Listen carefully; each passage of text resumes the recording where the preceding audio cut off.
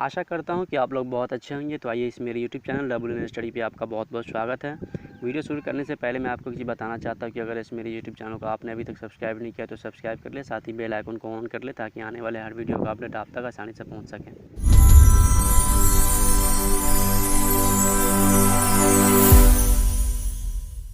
देखिए, आज हम फिर से पढ़ रहे हैं प्रकाश का परावर्तन, जो कि क्लास 10th के लिए भौतिकी का पहला नंबर चैप्टर है।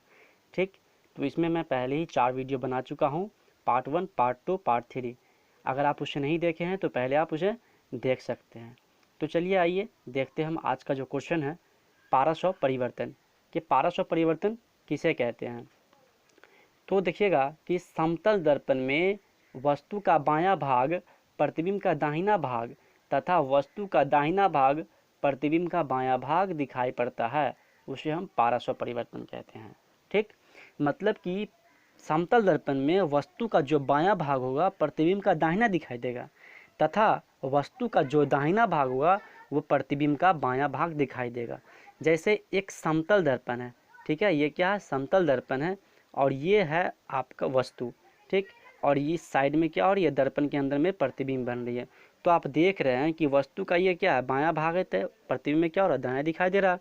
और ये क्या, वस्तु का दायां भाग है तो प्रतिबिंब क्या हो रहा है, बायां भाग दिखाई दे रहा है। ठीक है, तो अगला क्वेश्चन आपका देखिए कि आपको समतल, देखिएगा ये क्वेश्चन है कि आपको समतल, उत्तल और अवतल दर्पण दिया गया है, इससे बिना स्पर्श किए इसकी पहचान कैसे करेंगे और स्पर्श करके कैसे करेंगे।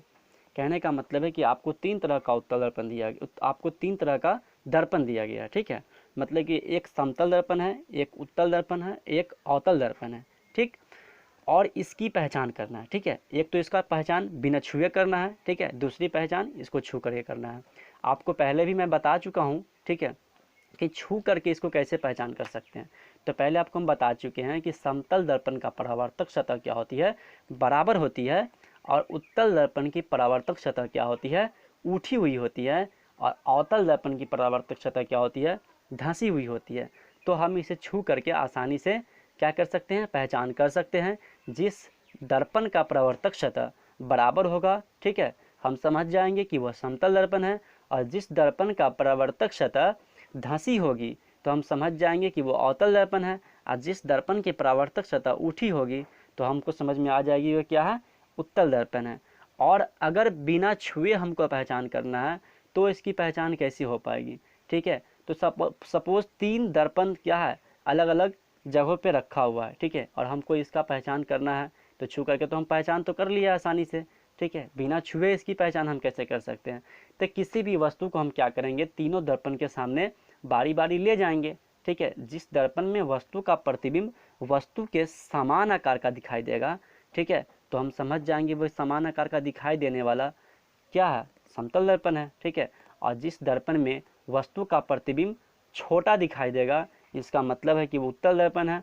पहले ही बता चुके हैं कि उत्तल दर्पण में वस्तु का प्रतिबिंब हमेशा छोटा बनता है, और समतल दर्पण में वस्तु का प्रतिबिंब वस्तु के ठीक समान आकार का बनता है। और अवतल दर्पण में क्या होता है, वस्तु का प्रतिबिंब दूरी के अनुसार छोटा बड़ा एवं वस्तु के समान आकार का बनता है। ठीक है, तो अवतल दर्पण के सामने ले जाएंगे वस्तु को, वहाँ देखेंगे अगर दूरी के अनुसार छोटा हो रहा है, बड़ा बन रहा है, वस्तु के बराबर बन रहा है, तो इसका मतलब क्या है कि वो अवतल दर्पण है। ठीक है, तो देखिए यहाँ जो डिफिनीशन लिखा हुआ वो क्या लिखा हुआ, तो किसी वस्तु को समतल, उत्तल और अवतल दर्पण के सामने ले जाएंगे जिस दर्पण में वस्तु का प्रतिबिंब वस्तु के समान आकार का एवं सीधा दिखाई देगा वह क्या होगा, समतल दर्पण होगा। और जिस दर्पण में वस्तु का प्रतिबिंब वस्तु से छोटा एवं सीधा दिखाई देगा वह क्या होगा, उत्तल दर्पण होगा। और जिस दर्पण में वस्तु का प्रतिबिंब दूरी के अनुसार छोटा बड़ा एवं वस्तु के समान आकार का दिखाई देगा वह क्या होगा, अवतल दर्पण होगा। तो ये है इसकी पहचान जो बिना छू करके हम कर सकते हैं। ठीक है, कि किसी वस्तु को क्या करेंगे, समतल, उत्तल और अवतल दर्पण के सामने ले जाएंगे जिस दर्पण में वस्तु का प्रतिबिंब वस्तु के समान आकार का एवं सीधा दिखाई देगा वह क्या होगा, समतल दर्पण होगा। और जिस दर्पण में वस्तु का प्रतिबिंब वस्तु से छोटा एवं सीधा दिखाई देगा वह क्या होगा, उत्तल दर्पण होगा। और जिस दर्पण में वस्तु का प्रतिबिंब दूरी के अनुसार छोटा बड़ा एवं वस्तु के समान आकार का दिखाई देगा वह क्या होगा, अवतल दर्पण होगा। और क्या है, देखिए नीचे में लिखा हुआ है पैराग्राफ चेंज करके कि वैसा दर्पण जो छूने पर सपाट यानी बराबर लगे उसे क्या कहेंगे, समतल दर्पण कहेंगे। ठीक है, और जिसका परावर्तक सतह उठी हुई हो वह उत्तल दर्पण होगा तथा जिसकी परावर्तक सतह धंसी हो वो क्या होगा, अवतल दर्पण होगा। मतलब कि दर्पण को क्या करेंगे, छूने पर अगर वो कोई दर्पण अगर बराबर लगता है तो इसका मतलब वो क्या होगा, समतल दर्पण होगा। और किसी दर्पण को छूने पर उठी हुई एहसास होता है, ठीक है, उठी हुई लगता है तो इसका मतलब है कि वो उत्तल दर्पण होगा। और जिसकी परावर्तक से धंसी हुई हो, ठीक है, वह क्या होगा, अवतल दर्पण होगा। ठीक है, अगला क्वेश्चन आप देखिए कि प्रकाश का परावर्तन किसे कहते हैं। ठीक है, प्रकाश का परावर्तन किसे कहते हैं या प्रकाश के परावर्तन से आप क्या समझते हैं, पहले वाली वीडियो में मैं बता चुका हूँ। ठीक है, कि प्रकाश का परावर्तन होता क्या है। ठीक है, तो प्रकाश का परावर्तन, किसी भी सतह से प्रकाश क्या होती है, आ करके टकरा करके लौट जाती है। ठीक है, उसी को हम क्या कहते हैं, प्रकाश का परावर्तन कहते हैं। परावर्तन का मतलब होता है टकरा कर लौटना, प्रकाश का परावर्तन मतलब प्रकाश का टकरा कर लौटना। तो देखिए कि प्रकाश की किरणों का किसी सतह से टकराकर उसी दिशा में लौट जाने वाली क्रिया को प्रकाश का क्या कहते हैं, परावर्तन कहते हैं। आप यहाँ भी देख सकते हैं, पीछे वाले वीडियो में मैं बताया हूँ। ठीक है, ये देखिए ये क्या है, ये आपतित किरण है और ये आपतन बिंदु से क्या, और ये प्रकाश टकरा करके लौट रही है। तो आने वाली प्रकाश की किरणें किसी सतह से टकराकर उसी दिशा में लौट जाने की क्रिया को ही हम क्या कहते हैं, प्रकाश का परावर्तन कहते हैं। ठीक है, अगला क्वेश्चन आपका है कि प्रकाश के परावर्तन के किन्हीं दो नियम को लिखे। प्रकाश के परावर्तन के नियम दरअसल में दो ही होते हैं।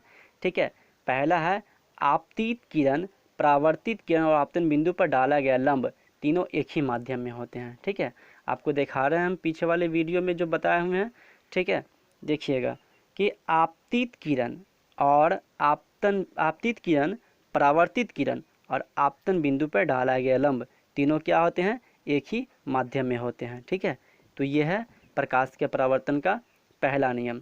दूसरा नियम है कि आपतन कोण परावर्तन कोण के बराबर होता है। ठीक है, देखिएगा आपतन कोण परावर्तन कोण के बराबर होता है। ये आपतन कोण है और ये क्या है, परावर्तन कोण है। ये आपतन कोण I और परावर्तन कोण R, ये दोनों आपस में क्या होते हैं, बराबर होते हैं। ठीक है, तो ये है प्रकाश के परावर्तन के दो नियम, आपतित किरण, परावर्तित किरण और आपतन बिंदु पर डाला गया लंब तीनों क्या होते हैं, एक ही समतल में होते हैं, मतलब एक ही माध्यम में होते हैं। ठीक है, दूसरा पॉइंट है कि आपतन कोण और परावर्तन कोण आपस में क्या होते हैं, बराबर होते हैं। नेक्स्ट क्वेश्चन आपका है, ठीक है, कि उत्तल दर्पण को अपसारी दर्पण कहा जाता है, क्यों। आपको मैं पहले वाली वीडियो में ही बता चुका हूँ कि अपसारी का मतलब क्या होता है, प्रकाश पुंज बताया था ना। ठीक है, तो प्रकाश पुंज तीन तरह के होते हैं, समतल प्रकाश, समतल मतलब कि समतल, ठीक है, सॉरी समांतर प्रकाश पुंज, ठीक है, और अपसारी प्रकाश पुंज, ठीक है, और अभिसारी प्रकाश पुंज। ठीक है, तो देखिएगा अपसारी का मतलब होता है एक ही बिंदु से फैलना और अभिसारी का मतलब होता है एक ही बिंदु पे आके मिलना। ठीक है, और समांतर का मतलब होता है एक दूसरे के समानांतर चलना। ठीक है, या एक दूसरे का समानांतर। तो उत्तल दर्पण को अपसारी दर्पण कहा जाता है, क्यों। यहाँ जो लिखा है कि क्योंकि उत्तल दर्पण में मुख्य अक्ष PC के समानांतर आपतित प्रकाश की किरणें दर्पण से परावर्तन के बाद अपने फोकस से फैलती हुई प्रतीत होती है। इसी गुण के कारण उत्तल दर्पण को अपसारी दर्पण कहा जाता है। देखिएगा ये दर्पण है, ठीक है, ये उत्तल दर्पण, क्या है कि उत्तल दर्पण की परावर्तक सतह क्या होती है, उठी हुई होती है। ठीक है, ये क्या है, ये मुख्य अक्ष है, आपको बताएंगे अगले वीडियो में मुख्य अक्ष क्या होता है। ठीक है, और ये क्या है, P है, P मतलब पोल होता है जिसको हिंदी में ध्रुव कहते हैं, ये भी आपको आगे बताएंगे। और ये C है जिसको सेंटर ऑफ कर्वेचर बोलते हैं, हिंदी में इसको वक्रता केंद्र बोलते हैं, ये भी आपको हम अगली वीडियो में बताने वाले हैं। ठीक है, तो देखिए कि मुख्य अक्ष PC के समानांतर आपतित प्रकाश की किरणें दर्पण से परावर्तन के बाद अपने फोकस से क्या होती है, फैलती हुई प्रतीत होती है। ये फोकस है, ये देखिए यहाँ से क्या हो रही है, फैलती हुई प्रतीत हो रही है। ठीक है, तो इसी गुण के कारण हम क्या बोलेंगे, उत्तल दर्पण को अपसारी दर्पण कहेंगे। ठीक है, मतलब कि अपने फोकस से क्या होती है, फैलती हुई प्रतीत होती है। ठीक है, अगला क्वेश्चन आपका देखिएगा कि यह है कि अवतल दर्पण को अभिसारी दर्पण कहा जाता है, क्यों। तो अभिसारी का मतलब क्या होता है, एक ही बिंदु पे मिलना। ठीक है, तो देखिएगा, क्योंकि अवतल दर्पण में मुख्य अक्ष PC के समानांतर आपतित प्रकाश की किरणें दर्पण से परावर्तन के बाद अपने फोकस पर अभिसारित या एकत्रित हो जाती है। इसी गुण के कारण अवतल दर्पण को अभिसारी दर्पण कहा जाता है।